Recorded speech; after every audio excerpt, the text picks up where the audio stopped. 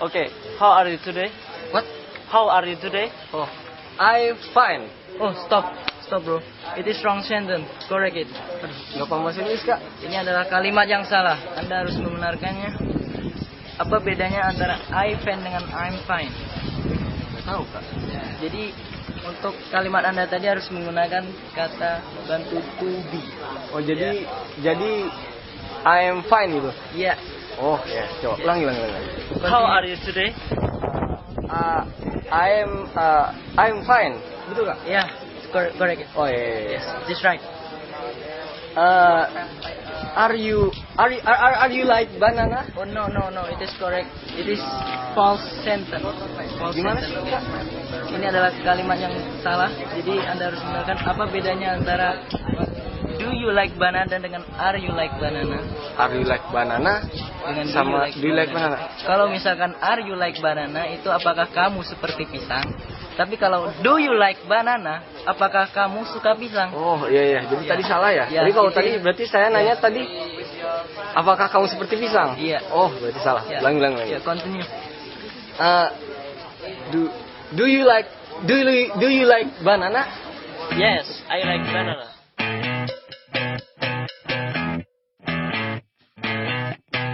You're insecure, don't know what for. Kapan ya Yun kita bisa pinter bahasa Inggris? Kayak MC panggung gitu. Kan hebat, bisa membawa acara pakai 3 bahasa. Dan bahasa Indonesia, Arab sama Inggris. Pik, gak usah ngeluk gitu dong, semangat. Namanya orang kalau kita banyak coba, pasti bisa, Pik. Gimana mau coba bisa? Tadi aja waktu mau ada percakapan bahasa Inggris salah melulu, dibenerin terus sama bagian bahasanya. Gimana mau bener?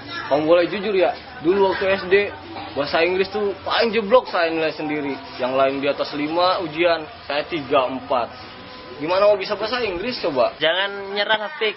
Perjuangan tuh butuh pengorbanan, Pik. Maka ya kita berjuang terus, Pik. Terus bisa tuh. Gak mungkin kita selalu benar. Pasti ada salahnya, tapi kita benahin tuh kesalahan. Ingat kata Pak Yai, barang siapa berani maksa diri untuk bisa dan berusaha, mustahil akan berhasil, Pik. Coba dong, semangat. Jadi kita harus sungguh-sungguh ya? Iyalah, semangat itulah. Masa kita kayak gitu aja udah nyerah gitu. Tapi kalau sungguh-sungguh apa bisa? Pasti bisa, Pik. Manjada, Pik. Oh iya, manjada wajah. Kita harus istiqomah dan sungguh-sungguh berarti ya? Pasti itu, sering coba. Baiklah, mungkin sekarang saya nggak bisa bahasa Inggris. Tapi lihat, saya akan sungguh-sungguh dan berusaha. Terus belajar, terus berusaha. Nah, gitu dong.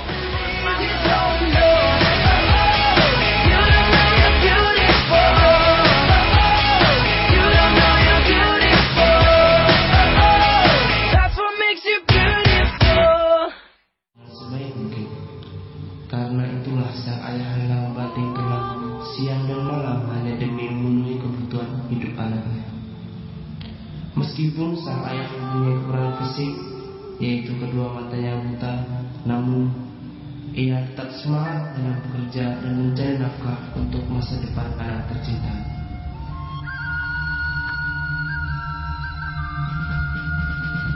Tahun demi tahun pun berlalu, dan kini sang anak telah beranjak dewasa dan mulai masuk sekolah. Tetapi anak itu selalu menolak setiap ayahnya ingin menemani ke sekolah.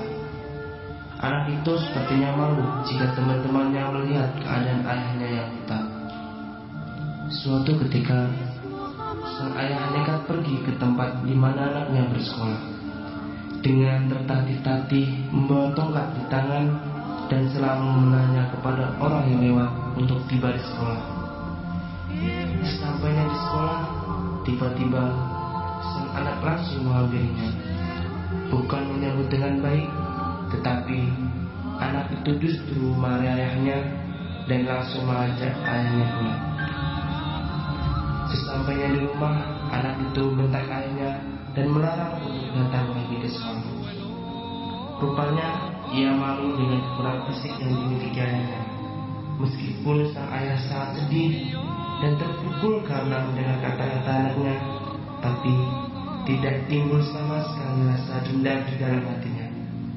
Cintanya kepada sang anak begitu tulus dan tidak bisa dikalahkan oleh kejadian itu, sang anak memutuskan untuk pergi dari rumah agar terlepas dari belenggu rasa malu yang disebabkan olehnya. Bertahun-tahun lamanya, anak itu tak pernah kembali ke rumah. Dari seorang sanak saudara, sang ayah mendapat kabar bahwa anaknya yang dulu selalu di sisinya sekarang telah menjadi orang sukses dan telah berkeluarga di kota. Mendengar kabar tersebut, kerinduan seorang ayah tidak dapat ditahan lagi. Ia memutuskan untuk pergi menyusul anaknya. Sang ayah pun menyusul anaknya dengan berjalan kaki puluhan kilo. Dengan ditemani tongkat yang tergenggam kuat di tangannya. Ketika sampai di rumah anaknya, bukanlah sapaan dan sambutan hangat dari anaknya, tetapi justru cacian, makian, dan langsung diusir. Sang anak pun berkata, "Hei, siapa kau orang tua? Mengapa datang kemari? Aku tidak pernah punya ayah sepertimu yang jelek dan buta. Sampai-sampai anakku mengira kau adalah gelandangan yang masuk rumah. Apa kau tidak lihat aku yang gagah dan kaya ini? Mana mungkin punya ayah miskin, jelek dan buta sepertimu? Pergilah sana, kau hanya membuat anakku takut. Pergi!" Mendengar perkataan kasar anaknya, dengan penuh kecewa ia kembali pulang. Segala pengorbanan yang telah ia lakukan demi mengobati kerinduan bertemu dengan anaknya ternyata dibalas dengan cacian dan makian. Bertahun-tahun kemudian sang ayah mengalami sakit parah. Ia ingin sekali bertemu dengan anaknya. Berkali-kali ia mengirimkan surat kepada anaknya, tapi tak sepucuk surat pun pernah dibalas. Pada suatu hari sang anak terdetik hatinya untuk menjenguk ayahnya yang berada di kampung seberang. Tapi sudah terlambat. Sang ayah telah tiada. Hanya ada saudaranya yang ia temukan setelah kematian ayahnya, dan yang mendapat titipan kata-kata dari ayah. Kemudian saudaranya pun menceritakan kepadanya, "Wahai saudaraku, ayahmu sangat bahagia melihatmu tumbuh dari kecil hingga dewasa, sampai akhirnya kamu menikah dan sukses. Maafkan ayahmu, wahai saudaraku. Waktu ketika kamu sekolah, ayahmu pernah menjemputmu dan membuat malu dirimu. Dan maafkanlah ayahmu, ketika kamu telah berkeluarga, ayahmu sempat menyukmu dan membuat takut anakmu.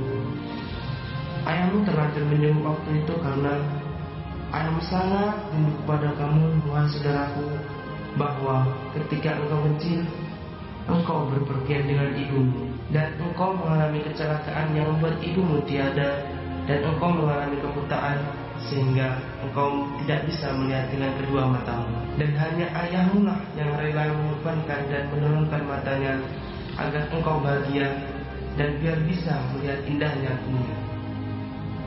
Dan satu hal lagi yang perlu engkau ketahui, bahwa ayahmu selalu dan sangat-sangat menyayangimu." Betapa kagetnya anak itu, bagaikan tersangkut petir di siang hari. Ternyata kedua matanya yang selalu dibanggakan adalah pemberian ayahnya yang dengan ikhlas berkorban demi kebahagiaannya. Detik itu juga sang anak tersungguh dan menangis. "Astagfirullahaladzim, ya Allah. Dosa apa yang selama ini aku berbuat? Sampai-sampai aku malu punya ayah yang buta.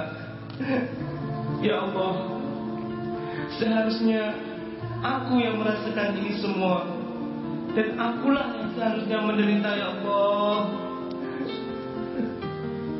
Ya Allah, ampunilah dosaku selama ini, ya Allah."